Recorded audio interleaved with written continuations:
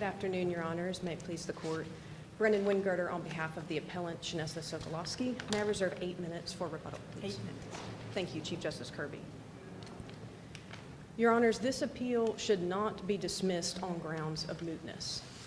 While it is true that Ms. Sokolosky's probationary term and suspended sentence expired before the Court of Criminal Appeals was able to hear our case, that does not mean there is not an effective judicial remedy that can be granted to Ms. Sokolosky if her appeal is heard on the merits. That is because our claim in the direct appeal to the Court of Criminal Appeals was not related to the term of confinement. We did not challenge the length of her probationary term, the decision to order her to serve her sentence, or how long she was on supervised probation. Our challenge on appeal to the Court of Criminal Appeals, which did not get heard, was based on a motion to dismiss, a due process claim, and the challenge to the sufficiency of the finding that Ms. Sokolosky violated her probation.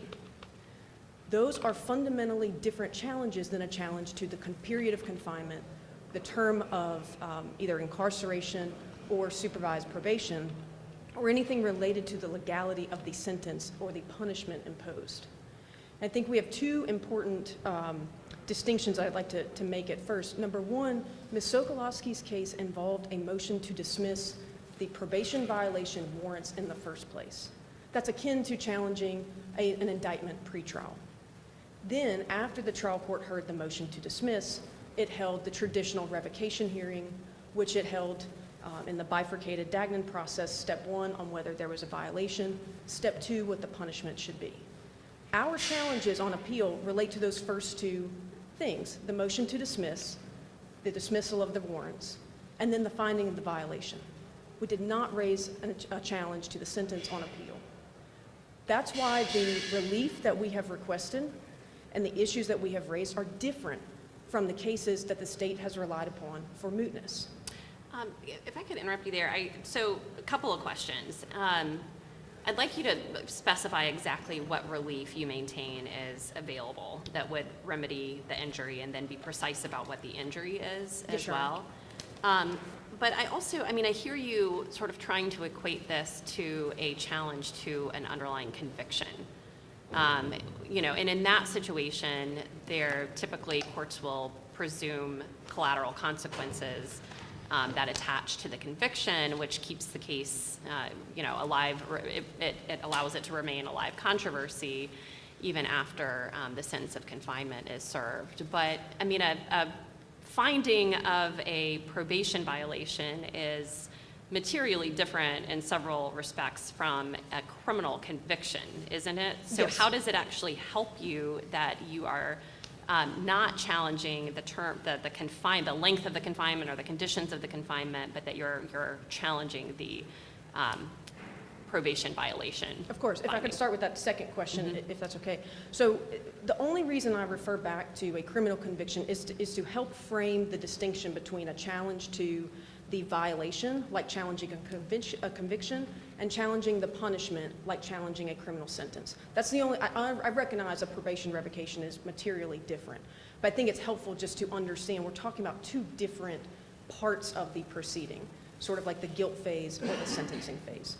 And so to go to the specific injury here, while we're not challenging the original conviction, because of course we can't at this stage, and we're also not challenging the probationary term, but we are challenging the validity of the trial court's orders. And in fact, even before that, we challenged the validity of the probation violation warrants themselves because of the due process issue that was litigated in the trial court below. So the injury here is the existence of invalid trial court orders that have gone unreviewed by the Court of Criminal Appeals. I think that's actually like the Hudson case that is cited in our brief, where this court held we don't have to worry about the collateral consequences that may arise in the future because we're vacating the invalid orders right now. That's the same type of relief that Ms. Sokolosky has requested. I think there's two different types, in fact. Number one is the dismissal of the warrants themselves. That's based on that first motion to dismiss procedural issue that we raised. And then second, if the court got to the actual revocation part, I think the remedy is still dismissal, sort of like you would enter a judgment of acquittal for lack of sufficient evidence. If there's lack of sufficient evidence that she violated her probation, we believe that should result in dismissal as well. I know Could you bring these, could you bring a standalone action to, in an attempt to remedy any of these injuries? So it sounds like there are a couple of different, and there's a allegation that there was a due process violation, right? And then there's an allegation that the evidence was just insufficient on the probation violation. Correct. Suppose this case is moot and you can't go forward with those arguments here. Could you bring, could your client bring that as a standalone action, declaratory judgment action, claim for nominal damages under Section 1983, anything like that? And so. if not, why not? I don't believe so, Your Honor, because again, I think that would relate to the confinement. And we concede her sentence has now expired. But no, I mean, the claim is just, you know, this, my probation was revoked in violation of my due process rights. So it's a constitutional claim that at least theoretically could be brought under Section 1983. Sure, the government acted illegally in revoking. I mean, I'm not sure, number one, that is appropriate when Ms. Sokolosky has a statutory right to appeal from the revocation. The legislature created that right. She has that right. She exercised that right. That's why we went to the Court of Criminal Appeals. So one, I don't think that's appropriate. And two, my position, I think, on that would be it's just not practical. Obviously, I work with the Public Defender's Office. Ms. Sokolosky is indigent. I mean, asking someone to go through additional federal litigation when they have a state statutory and due process right to appeal is just not necessary. Well, I guess let me ask the question in a slightly different way. So let's, you know, set aside whether it's practical or kind of other considerations of that nature, but would she have standing to bring an action along those lines? I do not know, Your Honor. I don't know. And that part of why we have hinged our argument on Tennessee law is because we don't have to worry about federal standing. The state relies on... Well, I mean, she can bring a Section 1983 claim in state court. Those can be heard in state court just as well as in federal court. But again, Your Honor... Or a declaratory judgment action. I mean, let's say would she have standing in state court under our current standing doctrine to bring that claim? I am unsure of... I would not feel comfortable saying right here, right, making a determination on her standing on those because we've not even researched those possible avenues because we have an available avenue for relief in this appeal that the Court of Criminal Appeals dismissed as moot erroneously based on an improper reading of Rogers and ignoring, frankly, the black letter law of mootness and the exceptions to the mootness doctrine in Tennessee. And I think it's telling that the state's brief doesn't rely on Tennessee criminal law. It relies on federal law, civil cases, and other proceedings that have nothing to do with criminal revocation appeals. Ms. Sokolosky exercised her right to appeal from her probation revocation. Is our mootness doctrine, at least the kind of factors that we articulated in the Norma Pyle case, do you think that is a constitutional justiciability doctrine, or is it only prudential?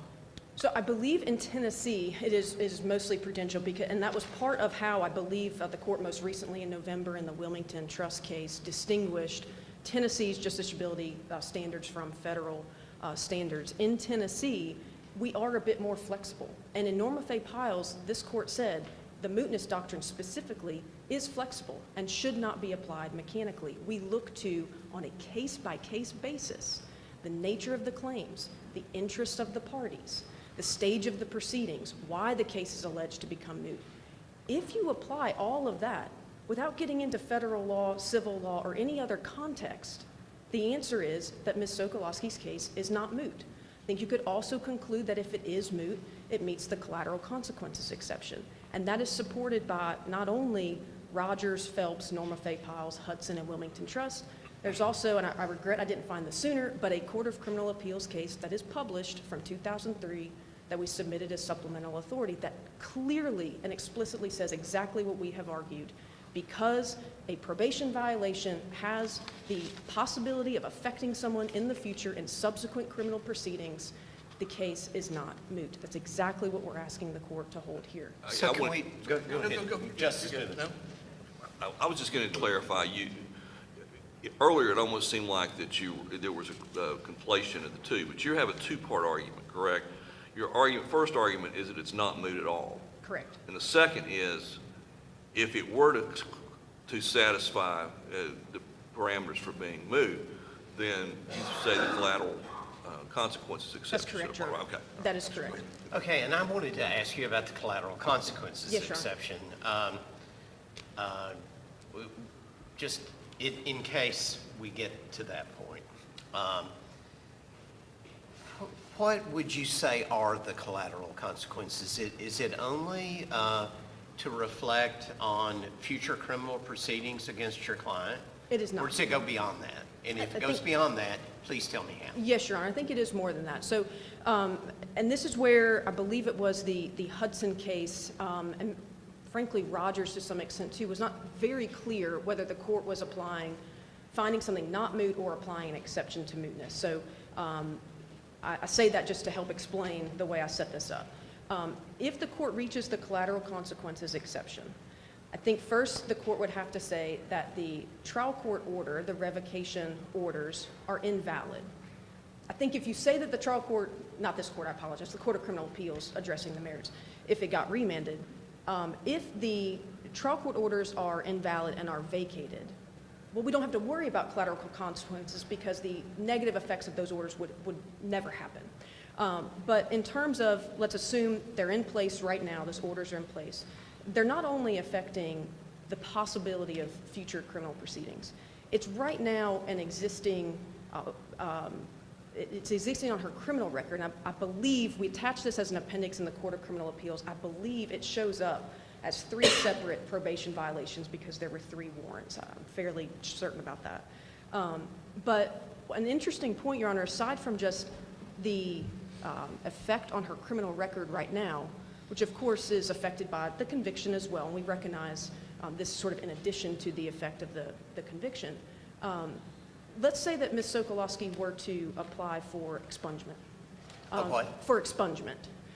The expungement laws require a certain period of time to pass before someone can even apply for expungement. So if she's someone, Ms. Sokolosky or someone like her, if they are situated in a position where they are eligible to apply for expungement, they can't do that until a certain, it's either 5 years or 10 years have passed since the completion of their sentence, which includes any period of probation.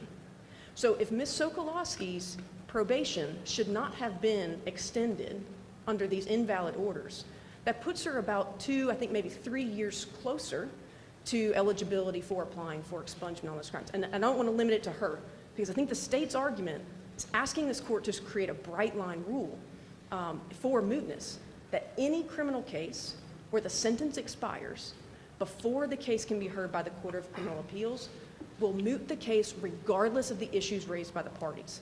That's how I understand the state's position. So not just Ms. Sokolosky, but any criminal defendant on a direct appeal of a conviction or a probation revocation appeal. Okay. Well, go ahead, sorry. I was just going to say, obviously a number of federal courts and a number of state courts, with regard to the collateral consequences exception, has adopted the conjectural versus actual collateral consequences test. If we had adopt what you're saying are the collateral consequences here, then there aren't ever any conjectural So I think, collateral consequences. They're all actual. so I actually look at it a bit differently, Your Honor, and I'm probably wrong about it, but to me the definition of a collateral consequence is that it is conjectural, right? We don't have an actual injury at the time if we're looking at collateral consequences. No, I mean, collateral consequence just means it's not a direct consequence. I mean, Correct. there are many collateral consequences to criminal convictions Correct. that are automatic, right? They're That's correct. statutory, that someone would lose their voting rights, that, they would have to register for a sex offender registry. Correct. I mean, there are all sorts of things that are not conjectural at all. They are, in fact, mandatory and That's true. statutory. That's true, but beyond that, Your Honor, when we think about collateral consequences in the criminal sense or a criminal record, someone's criminal record, we think about housing, employment, and that's hypothetical, right? Someone could find a job where the employer doesn't care that they have certain criminal convictions on their record. They might be able to find housing where they're not precluded because of their criminal record, but that's still hypothetical. We still think of those. This is a little different, isn't it? Because it hinges on the defendant's choices on whether to commit a future crime. I would respectfully disagree with that, Chief Justice Kirby. So number one, yes, I think the most obvious collateral consequence is that if Ms. Sokolosky offended again in the future, then her history is going to be used against her. The fact that there were multiple violations on her record, that's how almost every trial court judge is going to start that revocation hearing. Well, you have a history of violating probation. I'm not putting you on probation now. I understand that at least theoretically, is in her power to prevent that. I don't think that's entirely true, though. Number one, we have people who are arrested, as we alleged in this case, illegally. And so it's too late at that point. It doesn't matter if she has violated or not, or committed a new criminal offense or not, because her arrest itself may have been unlawful, which is what we alleged here with the probation violation warrants. And two, on top of that, I think not just her, again, I want to bring this back to, it's not just Ms. Sokolosky. So the state's position is that the expiration of a criminal sentence moots the direct appeal, apparently regardless of whether it's the sentence being challenged or not. So if it's not Ms. Sokolosky, if it's not a probation revocation case, the way I read the state's brief, if the court accepts that argument, any criminal defendant who is, or probationer, who has a sentence of, I'd say 2 years or less, is not guaranteed their right to appeal, because the appellate process by its nature just takes too long. And that's not the litigant's fault. It's not Ms. Sokolosky's fault that it took almost 9 months for the transcripts to get done in this case. It's not her fault that the state requested 3 extensions for its brief. That's capable of repetition, evading review. That's different. I don't think it is, though, Your Honor. The way that I understand the capable of repetition exception, the repetition has to apply to the same complaining party. I don't think that which is why we didn't argue it, because we're not saying, well, this could happen again to Ms. Sokolosky over and over and over again.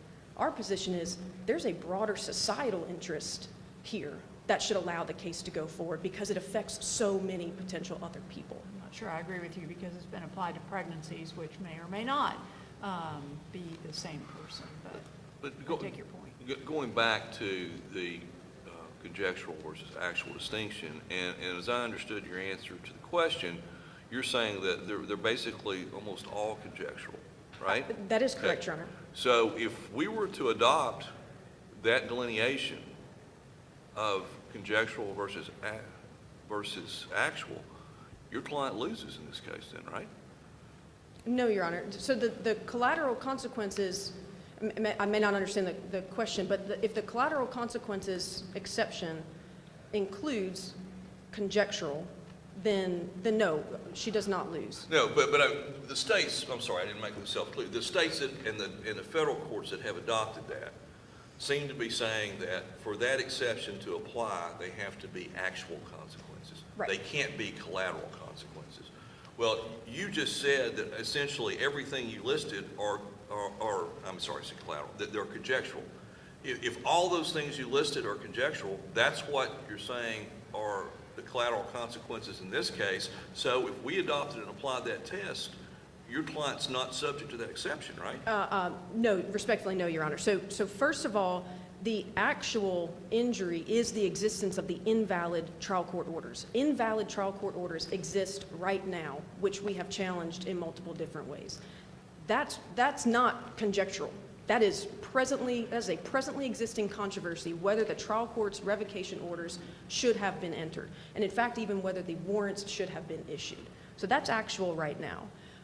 To the second, maybe broader point, though, on how to interpret collateral consequences, I think that if this court went the federal route of you have to have an actual consequence and it can't be hypothetical or speculative, I think that would effectively get rid of the collateral consequences exception as it exists right now in Tennessee, and also the capable of repetition yet evading review, because those both hinge on, and all of the cases in Tennessee use the language of, potential harms likely to recur. So by definition, 2 of the 4 mootness exceptions in Tennessee depend on the possibility or likelihood of something happening again. So if this court interprets these exceptions as requiring actual injuries at the moment that the mootness issue is decided, then I think we're effectively getting rid of 2 of our 4 exceptions. I mean, there's a middle ground, isn't there? You know, the choices aren't necessarily, you know, to say it must be actual collateral consequences, or, you know, or that it includes all conjectural collateral consequences. I mean, there could be a middle ground where, you know, perhaps there are some non-immediate collateral consequences that would suffice, but you know, they have to be a little more likely and probable than perhaps what you're pointing to. Sure. And I do want to bring you back to, well, please respond to that, but then I'd also just like you, I think you were interrupted earlier, probably by me, when you were asked about, you know, what are the collateral consequences in this case? And I would like to just nail that down, what your arguments Sure. are. In that regard, and on the expungement, one that you mentioned, I am curious whether her convictions are actually eligible for expungement. So first, what I was going to say was I completely agree with you. I don't know that I would use the phrase a middle ground approach, but I think what you're describing is exactly what Tennessee law already says. Mootness is decided on a case-by-case basis. It is flexible. It is not applied mechanically. We look at all the factors from norma fey piles. I think that fits perfectly within that. And so in any given case, the Tennessee appellate courts or trial courts can look at the allegation of mootness. Why does the opposing party claim that it's moot?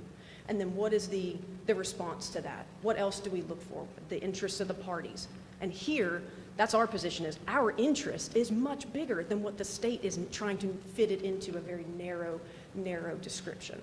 As to the injury here, again, I think the actual immediate currently existing injury is an invalid trial court order based on due process violations and insufficient evidence.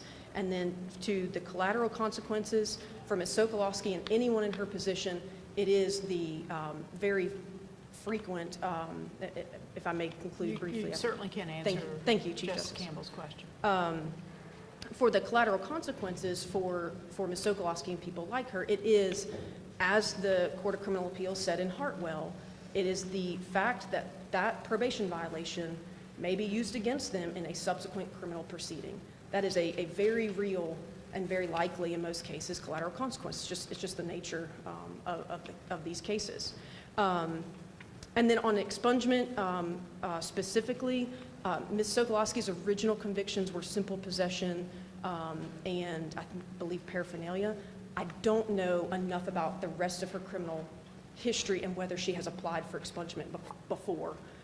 My point in that was that there are other collateral consequences related to having these invalid orders or invalid probation violations on someone's record. Okay, can I ask one follow-up question? Sure, of course. So you can't say with certainty that she would actually have any underlying convictions that are eligible for expungement? Standing here right now, no, Your Honor, I cannot. I apologize. Any other questions? Thank you. Thank you.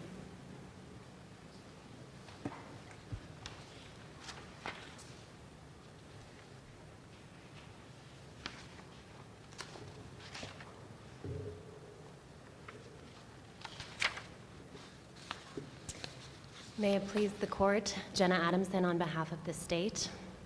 Your Honor, in her opening, Ms. Sokolosky's attorney admitted that the only injury here is the typical injury in an appeal, orders that are alleged to have been incorrect below. The mootness doctrine asks whether the injury at the heart of the controversy has died.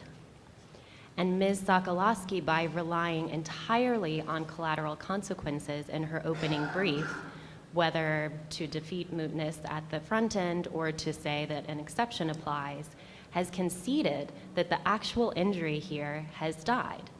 And that's because probation is a suspension of the sentence.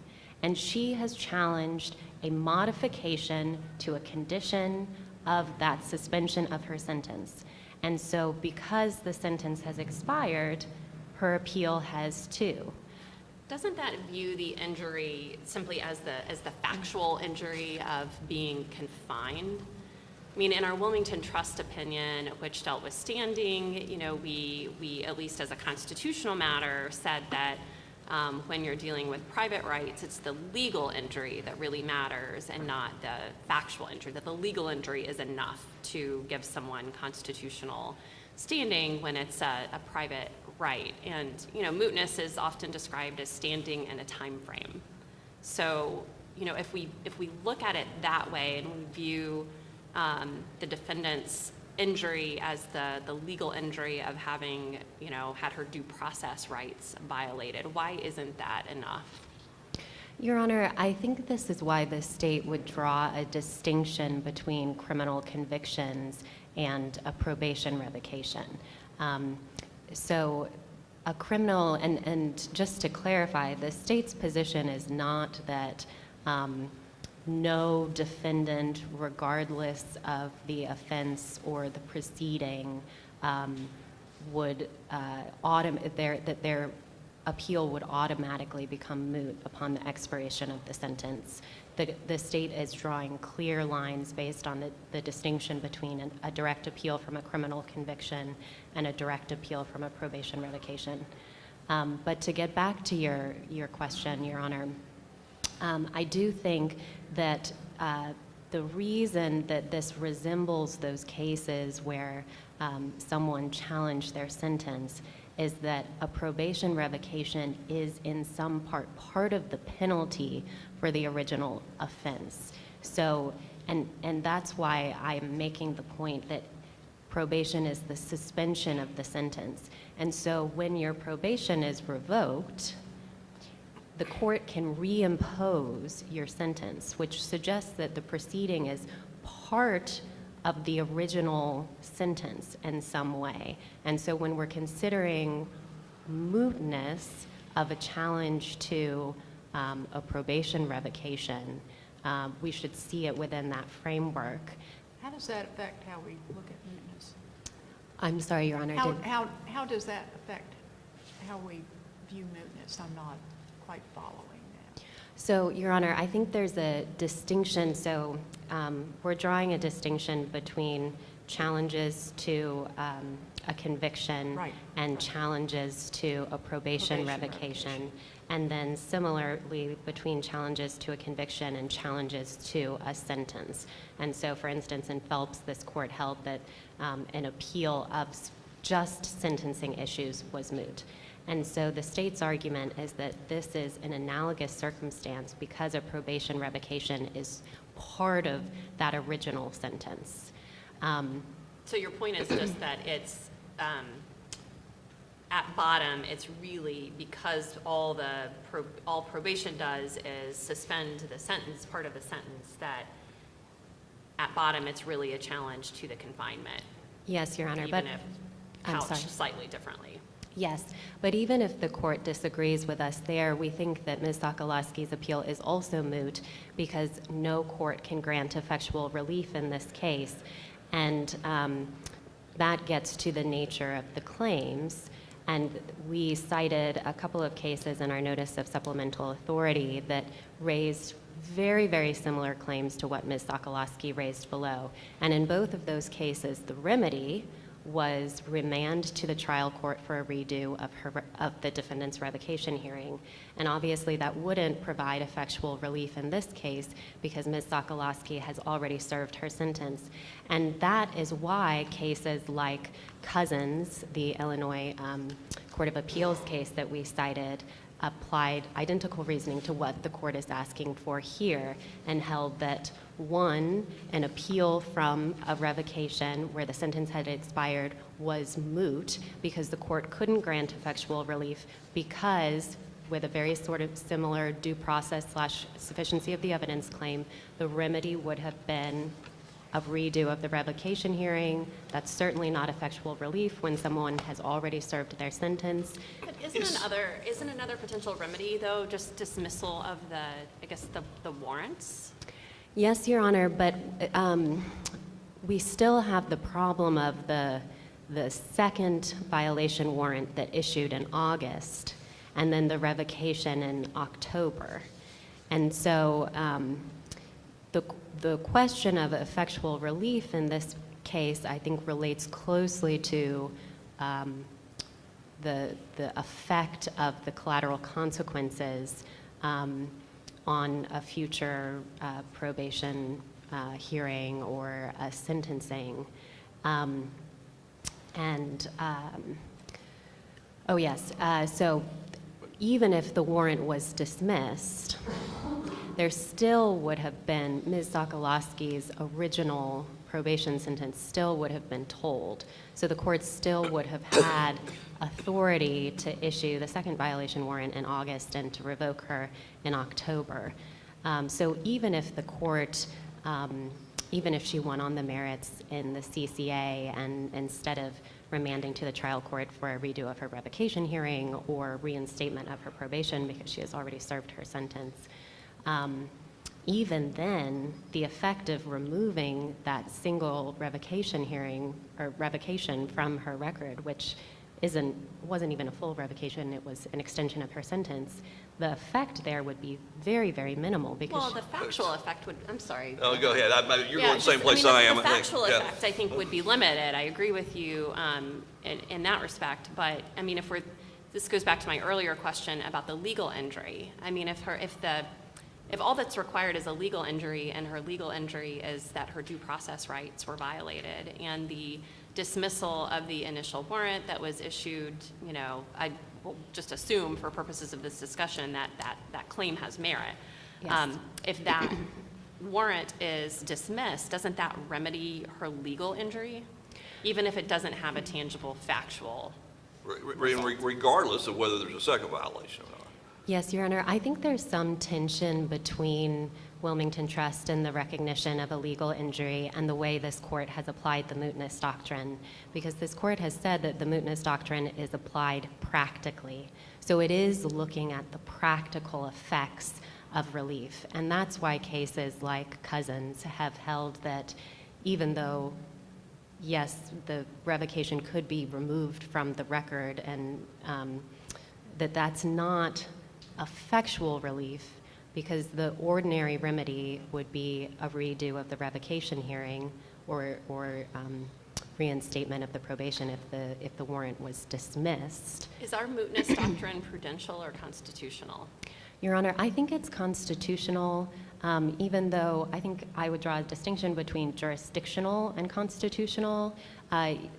This court, in one opinion, has said that mootness goes to jurisdiction, but in general it has talked about justiciability as rooted in the judicial power.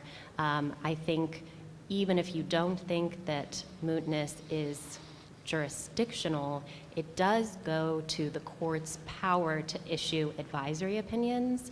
And I think this is a case where that danger is strongly implicated, because as your discussion with my friend on the other side illustrated, the consequences of this revocation that are asserted would happen in a future proceeding.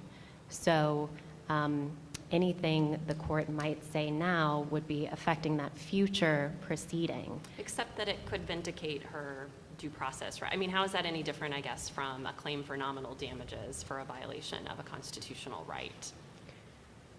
I do think that's a good point, Your Honor. I think the reason that the state has relied on out-of-state cases and Spencer, and there are also a series of federal decisions relying on Spencer to hold that a revocation and a challenge to a revocation of supervised release, which is a very analogous circumstance, becomes moot on the expiration of the sentence. The reason the state has relied on those is that we do think that those cases are most consistent with how this court has talked about its justiciability requirements. But that was before Wilmington Trust, of course, right? Yes, Your Honor. I do think, though, that the court needs to think about, and your questions went to this, exactly what the injury is here. Because whatever ruling the court reaches here, in part because of the relationship to standing, could affect a future standing case. So for instance, in Spencer, the U.S. Supreme Court pointed out that it had not accepted the possibility that someone could violate a valid criminal law as a basis for standing. This collateral consequences exception is a criminal-specific carve-out in federal law. And I think Ms. Sokolosky seems to be arguing for a broad collateral consequences rule that would cover, as she said, any conjectural consequence. And that does have implications for standing. Well, I mean, it has implications in civil law. Mootness is certainly not limited to criminal law. Yes. So all of the same mootness principles apply in civil law. So. Yes, exactly, Your Honor. The state, on the other hand, is asking for a narrow ruling that conjectural consequences of the kind alleged here, specifically the possibility that Ms. Sokolosky might offend again, commit a probation-eligible offense, be convicted, then have that revocation considered in a future sentencing hearing, that type of consequence not be considered sufficient to defeat mootness. And as the expungement discussion illustrated, we don't even know whether Ms. Sokolosky would be eligible for expungement. So again, that's a highly conjectural consequence on which to hinge mootness. I'm sorry, the revocation is on her record. It's on her record, and the state is saying, as I understand it, because her sentence has expired, whether that revocation was right or wrong, it stays on her record.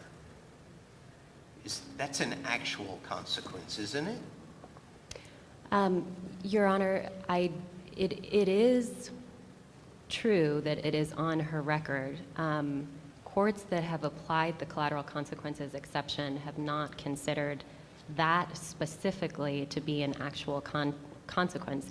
Even the Connecticut decision on which Ms. Sokolosky relies said that the type of collateral consequences that she alleges here, that you only get to those when the actual injury has died. And courts have traditionally understood the actual injury to be that imposition of the sentence. That's why the traditional rule was that even a defendant who was challenging their conviction and the sentence expired pending appeal, that appeal was moot.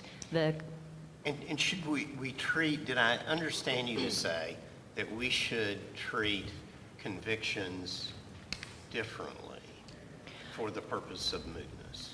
Your Honor, yes, I don't, that circumstance isn't before the court, but we think that the cases that we relied on draw a principled distinction between criminal convictions, where the consequences are automatic in most cases. So you're in essence asking us to follow the Spencer United States Supreme Court standard? Yes, Your Honor, and the other state court opinions that have followed Spencer. And I will point out to the standing concern, the Illinois Court of Appeals has a very similar justiciability doctrine to Tennessee's. It has said that it is, quote, not in lockstep with federal justiciability doctrines. It treats it as a court-imposed set of doctrines. And yet still, Illinois doesn't allow the sort of conjectural consequences alleged here to defeat mootness. So Spencer really was, it was an Article III case that turned on the case or controversy requirement and, the requirement that there be concrete factual harm. So, that is a very important difference, in my view, between Spencer and at least our most recent articulation of our constitutional standing doctrine. But I do want you to address, we have, again, this was pre-Wilmington Trust, but we have, as precedent in Tennessee, the Rogers case. And I don't think we've talked about that yet, but that is factually a very similar case that that, allowed the defendant in that case to continue with the appeal, notwithstanding the expiration of the sentence and the defendant being out of confinement. So could you, sorry, this is a multi-part question, but I guess if you could address Rogers, but then also, why we should follow Spencer if we don't have a case or controversy requirement. Should we just adopt it as a prudential matter, the same sort of restrictions? And if so, why? Okay. So to your first question, Rogers needs to be reconciled with the court's other mootness cases in two ways. One is that Rogers says that the mere existence of adverse consequences, it calls it, renders a case not moot. But the court's other mootness cases have treated collateral consequences. If that's what's going on in Rogers, the court's other cases have treated collateral consequences as an exception to mootness. So that's one. Two, Rogers also talks about, Ms. Sokolosky alleges speculative future consequences, the possibility that a defendant will offend in the future.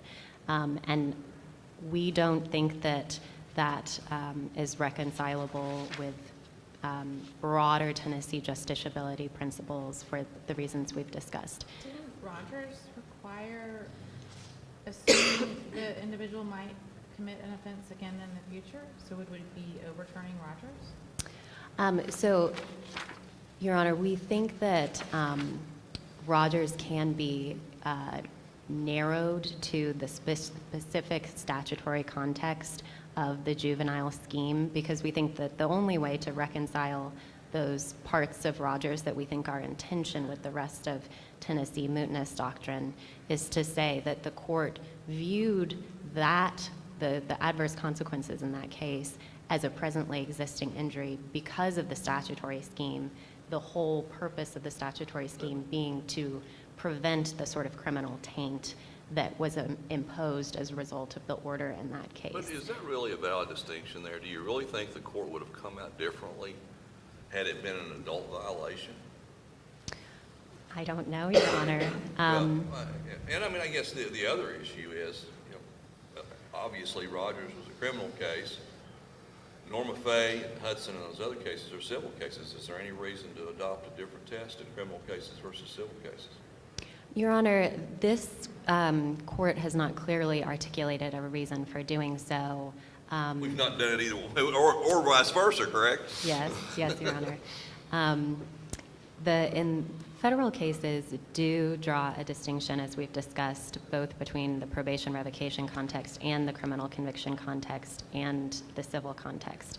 I do think that it is most consistent with broader Tennessee justiciability principles to adopt a view of what consequences satisfy either an exception to mootness or simply render a case not moot that would apply across criminal and civil cases.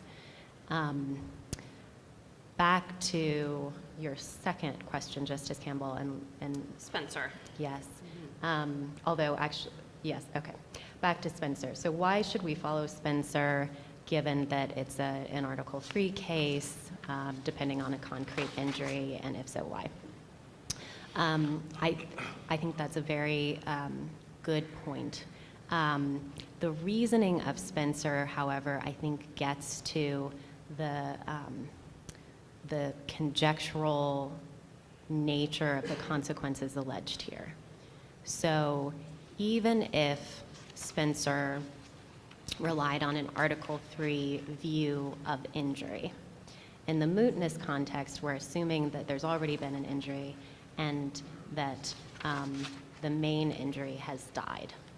And so when we're looking at the collateral consequences exception, we're considering whether those consequences are, properly, we think we should consider whether those collateral consequences are sufficiently direct in order to come close to mootness.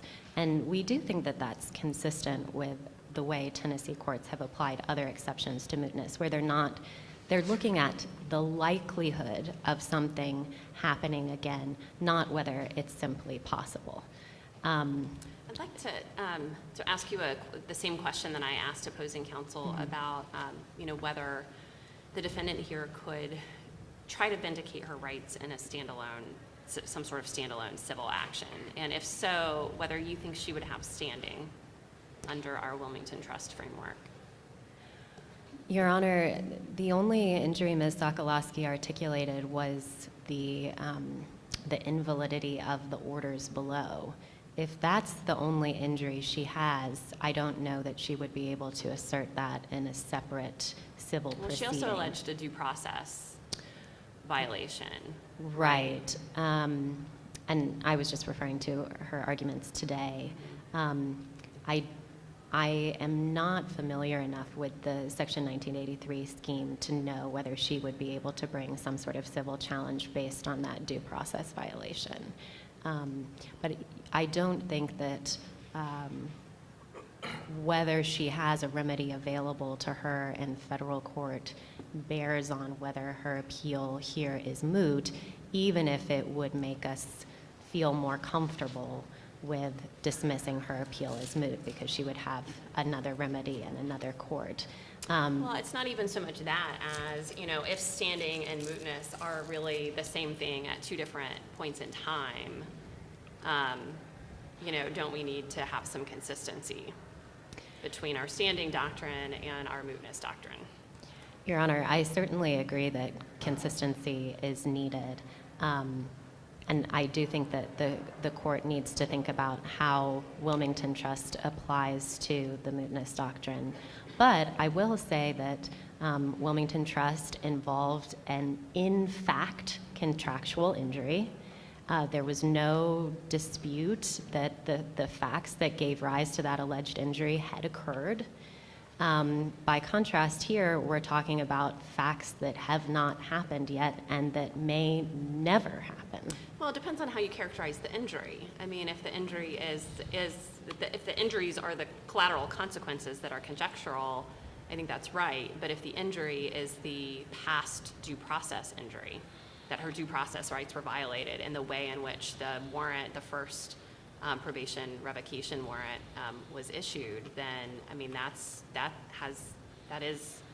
past. It's happened. I mean, assuming the truth of the allegations and the merits of the claim, that is an existing legal injury, even if there isn't factual harm.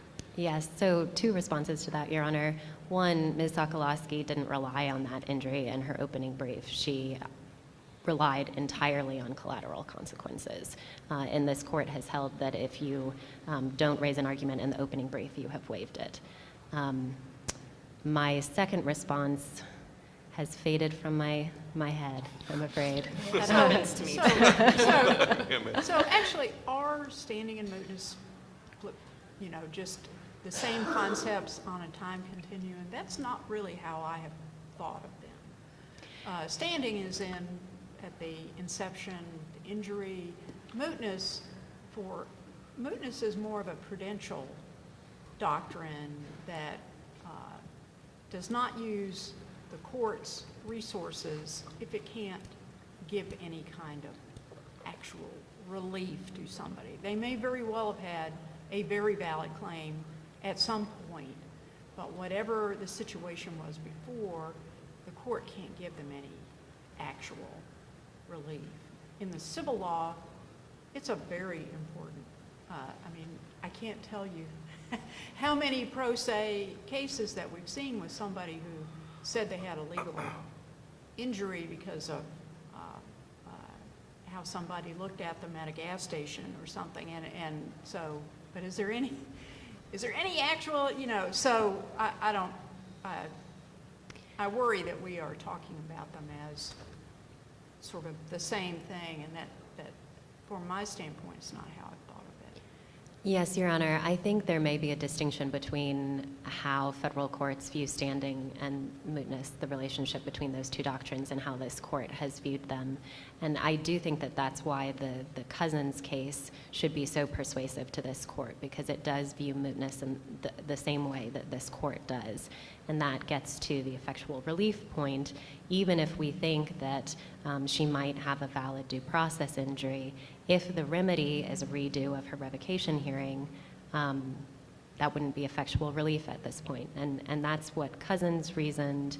That's what the federal cases that have applied Spencer to challenges to a revocation of supervised release have reasoned. And I don't think that relief point goes to the sort of concreteness, injury in fact, standing point. I do think that that is a separate basis for finding that this appeal is moot, and that's why we have characterized there as being two reasons that this case is moot, both the absence of an injury or the demise of an injury, and the impossibility of the court granting effectual relief at this point.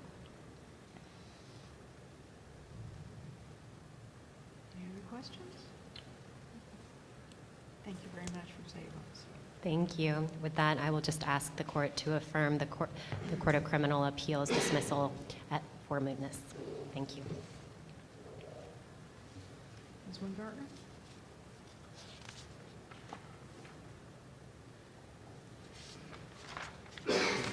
A couple points on rebuttal, Your Honors. First, if I could start with the effectual relief issue.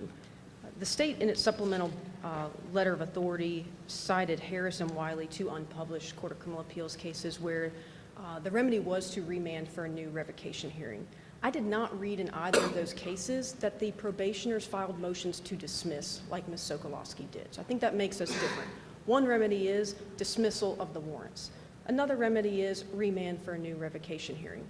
If that second remedy is what is chosen, Ms. Sokolosky, if they find that she is in violation, after actually applying the correct evidentiary standards and due process standards, then she's sentenced to time served and it's over. That's fine. I'm sure there are criminal cases on convictions where if the appellate court finds an error in an evidentiary admission and the remedy is a remand for a new trial, the criminal defendant may have served their time if they weren't given an appeal bond. Doesn't mean they aren't entitled to that remedy of, is there a conviction in the first place? Like here, is there a violation in the first place? And the violation warrants that we challenged, I heard the state start with April and October, but we challenged the original February warrant. If that warrant were dismissed, as we claim it should have been, then everything after that is invalid because her sentence, Ms. Sokolosky's sentence, would have expired before the issuance of the subsequent warrants. So if we go back to the original injury claimed on the direct appeal and the original February warrants are vacated, everything after it is vacated as well. That's what we argued in the Court of Criminal Appeals. As to Spencer, number one, the Spencer court, aside from the issues with Article III standing, federal law, and the Wilmington Trust case, Spencer said that really all it was doing was applying the principles from Lane. In Lane, the Supreme Court made a distinction between a challenge to a parole sentence and a challenge to a conviction and a challenge to a finding that someone violated their parole. Only the challenge to the parole sentence was what Lane was worried about being mooted. Ms. Sokolosky is challenging the finding that she violated her probation, which under the Lane principle would not be moot. So you don't have to apply Spencer just based on the Spencer history being based on Lane. And then also you shouldn't apply Spencer because if you do, you have to overrule Rogers and you have to overrule Hartwell. There is no reconciling of Rogers with this case. All I have heard the state point to attempt to distinguish Rogers is the fact that it was a juvenile post-commitment statutory procedure case. In Rogers, this court said, the Court of Appeals in its mootness analysis erred by focusing on the petitioner's age and the specific statutory jurisdictional requirements. That was error in Rogers to focus on those distinctions, and it would be error to continue to do so, in this case, as the state has argued. And finally, Your Honors, if there are no other questions that have come up after the state's argument, I would like to conclude by, again, discussing this injury, because we have argued all along that the case is not moot. That is what we argued in the Court of Criminal Appeals when this issue got brought up sua sponte by the appellate court in the middle of oral argument. That's how this came up. And then we were ordered to do supplemental briefing, and it developed from there. When we did the supplemental briefing, the state made no claim that this case must be dismissed as moot. The state's response in the Court of Criminal Appeals was, the court may find that the case is moot and dismiss it. The state did not urge the Court of Criminal Appeals what they have urged this court to do now. When we filed the Rule 11 application and we filed the principal brief, all along our position has been Ms. Sokolosky is subject to invalid court orders. Whether that is an injury now because it is on her criminal record, or that existence on her criminal record causes her additional problems in the future for subsequent criminal proceedings, which Rogers and Hartwell both are directly on point, that those are consequences that prevent dismissing the case as moot. That's exactly what would happen to Ms. Sokolosky. So there is a problem now, and there is the potential for a problem in the future. That's why we've argued it is not moot, and even if it is, an exception to mootness applies. Either way, we ask this court to reverse and remand to the Court of Criminal Appeals so the case can be determined on its merits. Thank you, Your Honors. Thank you, counsel. Excellent arguments in this very interesting case. We'll be wrestling with it. The case will be submitted. That completes our docket for today. All rise.